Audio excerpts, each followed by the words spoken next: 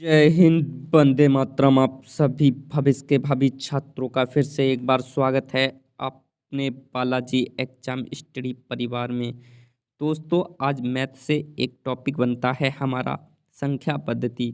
यह हर competition exam में देखने को मिलता है। 2 नंबर यहाँ से पक्के क्लियर पूछे जाते हैं। तो हम यह 2 नंबर पक्के पूछे जाते हैं, तो ये 2 नंबर 5 मिनट के क्यों गवाएं। चलिए बेसिक से देख लेते हैं पूरी संख्या पद्धति का निचोड़। पहला है हमारा, पूछा जाता है प्राकृतिक संख्याएं क्या होती हैं। तो मैं बताना चाहूँगा, प्राकृतिक संख्याएं वे संख्याएं जो 1 से लेकर अनंत तक चलती हैं। जो 1 से लेकर अनंत तक चलती हैं वो प्राकृतिक संख्याएं कहलाती हैं। दोस्तों, जो नेचुरल नंबर होता है वो 1 से लेकर अनंत तक चलती हैं। ये नेचुरल यानी कि प्राकृतिक द्वारा दी गई हैं। ये 1 से लेकर अनंत तक चलती हैं। अब देख लेते हैं हम नेक्स्ट है हमारा पूर्ण संख्याएं। पूर्ण संख्याएं दोस्तों क्या होता है, जस्ट प्राकृतिक संख्या की तरह होती हैं, बस इनके आरंभ में शून्य को शामिल कर लिया जाता है। जैसे कि ये शून्य देख रहे हैं आप, इसके आरंभ में शून्य को शामिल कर लिया जाता है और सेम प्राकृतिक संख्या की ही तरह ही होती हैं। जैसे 1, 2, 3, 4, 5 सेम प्राकृतिक संख्या की तरह ही होती हैं। बस क्या होता है, इनके आरंभ में शून्य को शामिल कर लिया जाता है। आप देख रहे हैं ये शून्य, बस इसको ही शामिल कर लिया जाता है और वे पूर्ण संख्याएं कहलाती हैं। क्या? जिस संख्याओं के आरंभ में 0 को भी शामिल कर लिया जाए पूर्ण संख्याएं कहलाती हैं। परिभाषा भी देख लो। दोस्तों, एक बात और आपको ध्यान रखना है, परीक्षा में पूछा जाता है कि जो 0 है, 0 की खोज किसने की थी। तो जो 0 डिजिट है इसकी खोज आर्यभट्ट नामक वैज्ञानिक ने की थी। उनका नाम था आर्यभट्ट। चलिए अब देख लेते हैं हम नेक्स्ट क्या होता है, पूर्णांक संख्याएं। पूर्णांक संख्याएं क्या होती हैं, तो मैं बताऊं दोस्तों, पूर्णांक संख्याएं वे संख्याएं कहलाती हैं, सभी पूर्णांक संख्याएं तथा ऋणात्मक संख्याएं पूर्णांक संख्याएं कहलाती हैं। जैसे कि मैं आपको बेसिक से बताऊंगा, इससे कोई डाउट क्लियर ना हो। जैसे कि हमारी पूर्ण संख्याएं क्या होती हैं दोस्तों, पूर्ण संख्याएं क्या होती हैं, 0 से लेकर अनंत तक चलने वाली, और उनके आरंभ में शून्य ऋणात्मक संख्याओं को भी शामिल कर लिया जाता है। पूर्णांक संख्याएं कहलाती हैं। सभी धनात्मक और ऋणात्मक संख्याएं क्या कहलाती हैं, वो पूर्णांक संख्याएं कहलाती हैं। डॉट क्लियर हो गया होगा। जैसे कि यहाँ पर 1 है तो यहाँ पर -1 है, यहाँ पर 2 है तो यहाँ पर -2 है, यहाँ पर 3 है तो यहाँ पर -3 है। तो मैं कह सकता हूँ सभी धनात्मक तथा ऋणात्मक संख्याएं पूर्णांक संख्याएं कहलाती हैं। चलिए अब नेक्स्ट स्लाइड देख लेते हैं। मैं आशा करता हूँ आपका डॉट एक एक डॉट क्लियर कर दूंगा।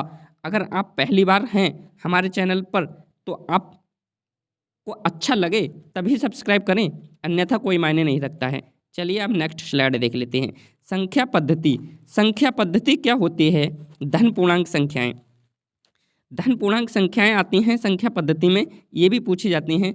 तो सभी प्राकृतिक संख्याएं धन पूर्णांक संख्याएं कहलाती हैं। क्या कहलाती हैं, जैसे कि जिसके आरंभ में क्या पॉजिटिव हो यानी कि धनात्मक हो, यानी कि मैं कह सकता हूँ प्लस का चिन्ह लगा हो, वो संख्याएं क्या होती हैं, वो सभी धन पूर्णांक संख्याएं कहलाती हैं। पूर्णांक का मतलब होता है संख्याएं, आपको याद रखना है। कहीं आप इससे डॉट करते हो पूर्णांक से, तो धन का मतलब होता है पॉजिटिव और पूर्णांक का होता है संख्याएं। तो वे सभी संख्याएं जिनके आरंभ में आपको पॉजिटिव यानी कि प्लस का चिन्ह दिखता हो, तो वे संख्याएं सभी धनात्मक संख्याएं कहलाती हैं। चलिए अब नेक्स्ट देख लेते हैं ऋणात्मक संख्याएं। ऋणात्मक पूर्णांक क्या होते हैं, तो वे सभी संख्याएं जिनके आगे निगेटिव यानी कि तब उस समय पॉजिटिव था लेकिन अब क्या होगा, यहाँ पर निगेटिव होगा यानी कि माइनस चिन्ह होगा। आपको याद रखना है वे सभी संख्याएं जिनके आगे आपको निगेटिव का चिन्ह दिखे, तो वे सभी संख्याएं क्या होती हैं, वे सभी संख्याएं ऋणात्मक संख्याएं कहलाती हैं। चलिए आई होप आपका डॉट बेसिक क्लियर हो गया होगा। चलिए अब देख लेते हैं संख्या पद्धति का एक टॉपिक और पूछा जाता है, परिमेय संख्याएं। तो परिमेय संख्या मैं बताना चाहूँगा वे संख्याएं जिन्हें हम पी बटे क्यू के रूप में व्यक्त कर सकते हैं। वे संख्याएं जिन्हें हम पी बटे क्यू के रूप में व्यक्त कर सकते हैं परिमेय संख्याएं कहलाती हैं, परंतु एक छोटी सी कंडीशन होती है, परंतु क्यू इक्वल टू 0 ना हो, सिर्फ 0 ना हो, वे सभी संख्याएं परिमेय संख्याएं कहलाती हैं। जैसे कि एग्जाम्पल में दिया गया है, जैसे 2 क्या है, एक परिमेय संख्या है। 5 क्या है, एक परिमेय संख्या है। 4 क्या है, एक परिमेय संख्या है। 1/2 एक परिमेय संख्या है। 4/5 एक परिमेय संख्या है। मतलब छोटा सा कॉन्सेप्ट है, वे सभी संख्याएं जिन्हें हम पी बटे क्यू के रूप में व्यक्त कर सकते हैं वे संख्याएं परिमेय संख्याएं कहलाती हैं। आई होप आशा है समझ में आ गया होगा। अब चलिए नेक्स्ट स्लाइड देख लेते हैं, अपरिमेय संख्याएं। यहाँ से आपको बेसिक क्लियर हो जाएगा, अगर ऊपर समझ में नहीं आया है तो नीचे वाली स्लाइड में देख लेते हैं अपरिमेय संख्याएं। वहाँ पर क्या होता था, हम पी बटे क्यू के रूप में व्यक्त कर सकते थे, लेकिन यहाँ क्या होता है, वे सभी संख्याएं जिन्हें हम पी बटे क्यू के रूप में व्यक्त नहीं कर सकते हैं, वे संख्याएं जिन्हें हम पी बटे क्यू के रूप में व्यक्त नहीं कर सकते हैं वे अपरिमेय संख्याएं कहलाती हैं। जैसे कि एग्जाम्पल में दिया गया है, जैसे अंडर रूट 2 को क्या पी बटे क्यू के रूप में आप लिख सकते हैं, बताओ।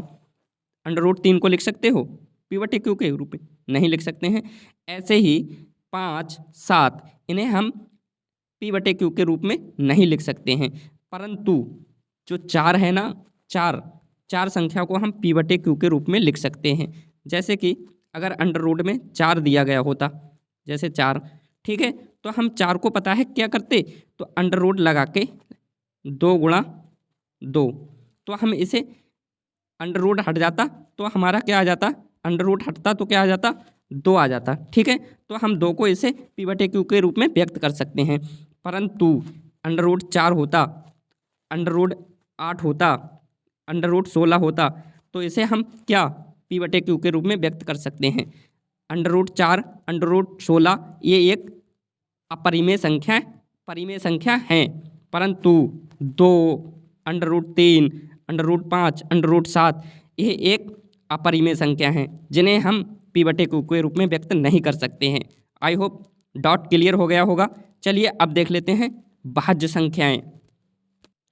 चलिए अब देख लेते हैं भाज्य संख्याएं क्या होती हैं। भाज्य संख्याएं वे संख्याएं होती हैं जो कि हम एक से तथा स्वयं के अतिरिक्त किसी अन्य संख्या से भी विभाजित कर सकते हैं। जैसे 4, 6, 8, 9, 10। तो आप कैसे क्लियर कर सकते हैं कि ये भाज्य संख्याएं हैं, बस यहीं छोड़ दूं मैं?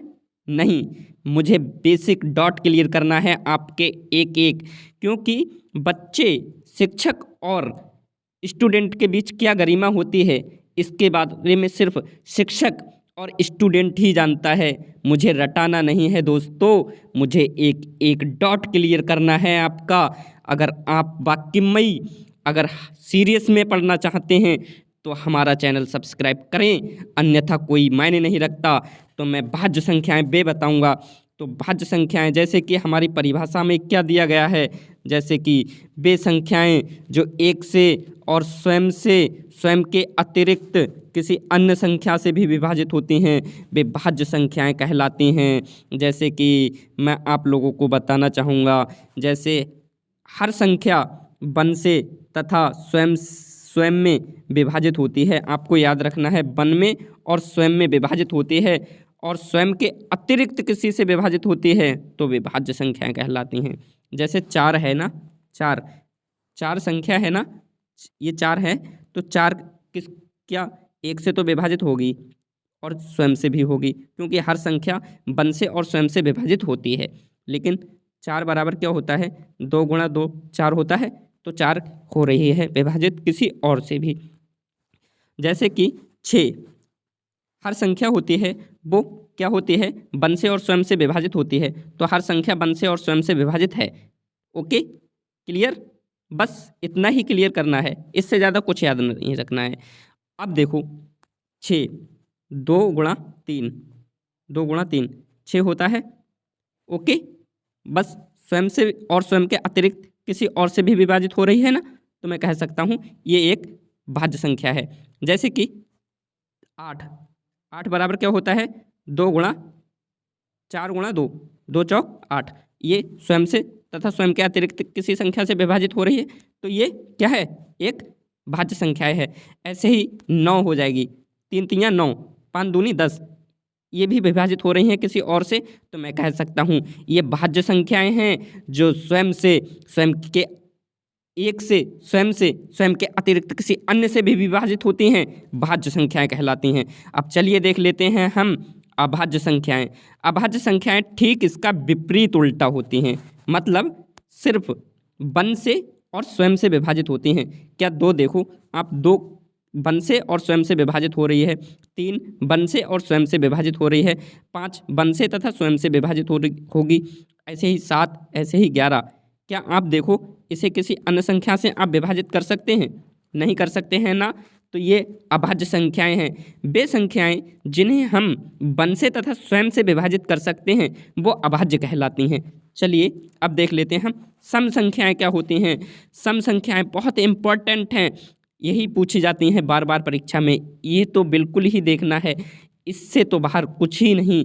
अगर ये नहीं देखा तो पूरी वीडियो देखने का कोई मायने नहीं रखता। सम और विषम संख्याएं ही पूछे जाती हैं और परिमेय और अपरिमेय संख्या पूछी जाती हैं। भाज्य अभाज्य तो कम पूछी जाती हैं, फिलहाल में पूछी जाती हैं बड़े बड़े लेवल के एग्जाम में, जैसे टीचर हुआ, सीटेट हुआ, अन्य यूपी टेट, सुपर टेट, ऐसे एग्जाम में पूछे जाती हैं। लेकिन छोटे एग्जाम में जैसे हाई स्कूल, इंटर, इनमें तो सम और विषम ही पूछी जाती हैं ज़्यादातर। तो इनको भी देख लेते हैं बिल्कुल बेसिक से कॉन्सेप्ट के साथ। सम संख्याएं क्या होती हैं दोस्तों, मैं बताना चाहूँगा, जो संख्याएं 2 से विभाजित हो जाती हैं वो सभी सम संख्याएं कहलाती हैं।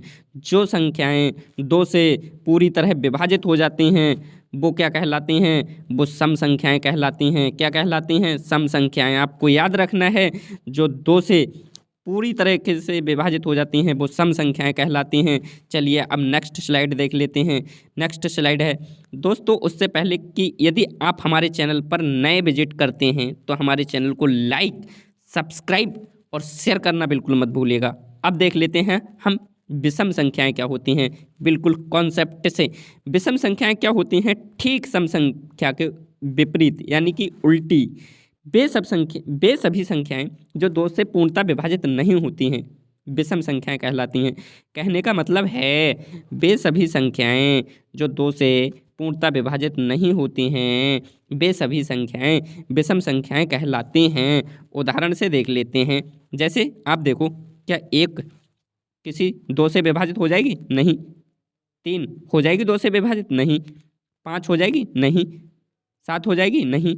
और जो हो जाती है वो दिखाऊंगा आपको मैं, जैसे 2, जो 2 है ये भी हो जाएगी। 4, 2 दूनी 4, 2 तियाँ 6, 2 चौक 8, ये 2 से सभी विभाजित हो रही हैं, तो मैं कह सकता हूँ ये सम हैं। और जो नहीं विभाजित होते हैं वो विषम हैं। देखो 1, 3, 5, 7, क्या ये हो रही हैं 2 से विभाजित, नहीं हो रही हैं ना, तो मैं कह सकता हूँ ये विषम संख्याएं हैं।